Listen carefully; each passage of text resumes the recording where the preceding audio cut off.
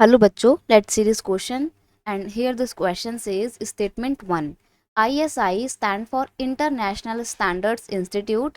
It is given to electrical appliances and industrial products. यानी कि ISI का full form अगर हम देखें तो क्या है, इंटरनेशनल स्टैंडर्ड इंस्टीट्यूट, और ये इलेक्ट्रिकल अप्लायंसेस को या इंडस्ट्रियल प्रोडक्ट्स पे एक सर्टिफिकेशन मार्क के तौर पे काम करता है। आगे देखते हैं स्टेटमेंट 2 क्या है। Egg mark, AG is for agriculture and mark is for certification mark. Egg mark food products, यानी कि जो एग मार्क है वो फूड प्रोडक्ट्स पे दिया जाता है। आते हैं आपके स्टेटमेंट्स पे, ऑप्शंस पे। पहला ऑप्शन है both statement 1 and statement 2 are correct. Second option है both statement 1 and statement 2 are incorrect.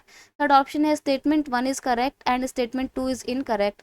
और फोर्थ ऑप्शन है statement 1 is incorrect and statement 2 is correct. देखो यहाँ पे अगर हम बात करें ISI की, ठीक है, ये आपका ISI है। ISI का फुल फॉर्म क्या होता है? International standard institute? बिल्कुल नहीं होता है, इंडियन होता है, इंडियन स्टैंडर्ड इंस्टीट्यूशन। ठीक है, तो उस हिसाब से ये इंडियन स्टैंडर्ड इंस्टीट्यूट है। ठीक है, तो उस हिसाब से अगर हम देखें ISI का जो यहाँ पर फुल फॉर्म दिया हुआ है वो तो गलत है, ये स्टेटमेंट गलत हो जाती है। लेकिन हाँ, जो यहाँ पर दिया है ना कि ये किसके लिए दिया जाता है, इलेक्ट्रिकल अप्लायंसेस और इंडस्ट्रियल प्रोडक्ट्स के लिए दिया जाता है, ये बिल्कुल सही है। ISI का मार्क इलेक्ट्रिकल अप्लायंसेस जैसे जो भी आप फैन यूज़ करते हो, कूलर यूज़ करते हो, उसमें होता है, इंडस्ट्रियल प्रोडक्ट्स पे होता है, और साथ ही साथ जो सीमेंट होते हैं ना उनमें भी ISI को ही लगा, ISI मार्क का सर्टिफिकेट लगा होता है। ठीक है, सर्टिफिकेशन उसको प्रोवाइड किया जाता है। वहीं अगर हम एग मार्क की बात करें तो ये बिल्कुल सही है। AG जो है, AG का मतलब होता है एग्रीकल्चर, और एग मार्क किसके लिए इशू किया जाता है, कौन से प्रोडक्ट के लिए? एग्रीकल्चरल प्रोडक्ट्स के लिए।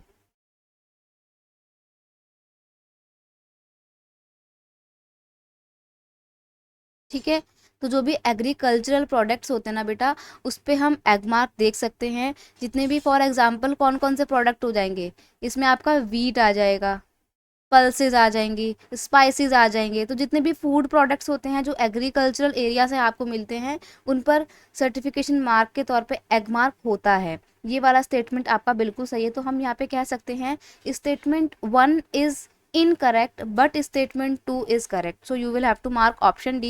Statement 1 is incorrect and statement 2 is correct, so option D is your final answer. I hope you understood it well. Best of luck.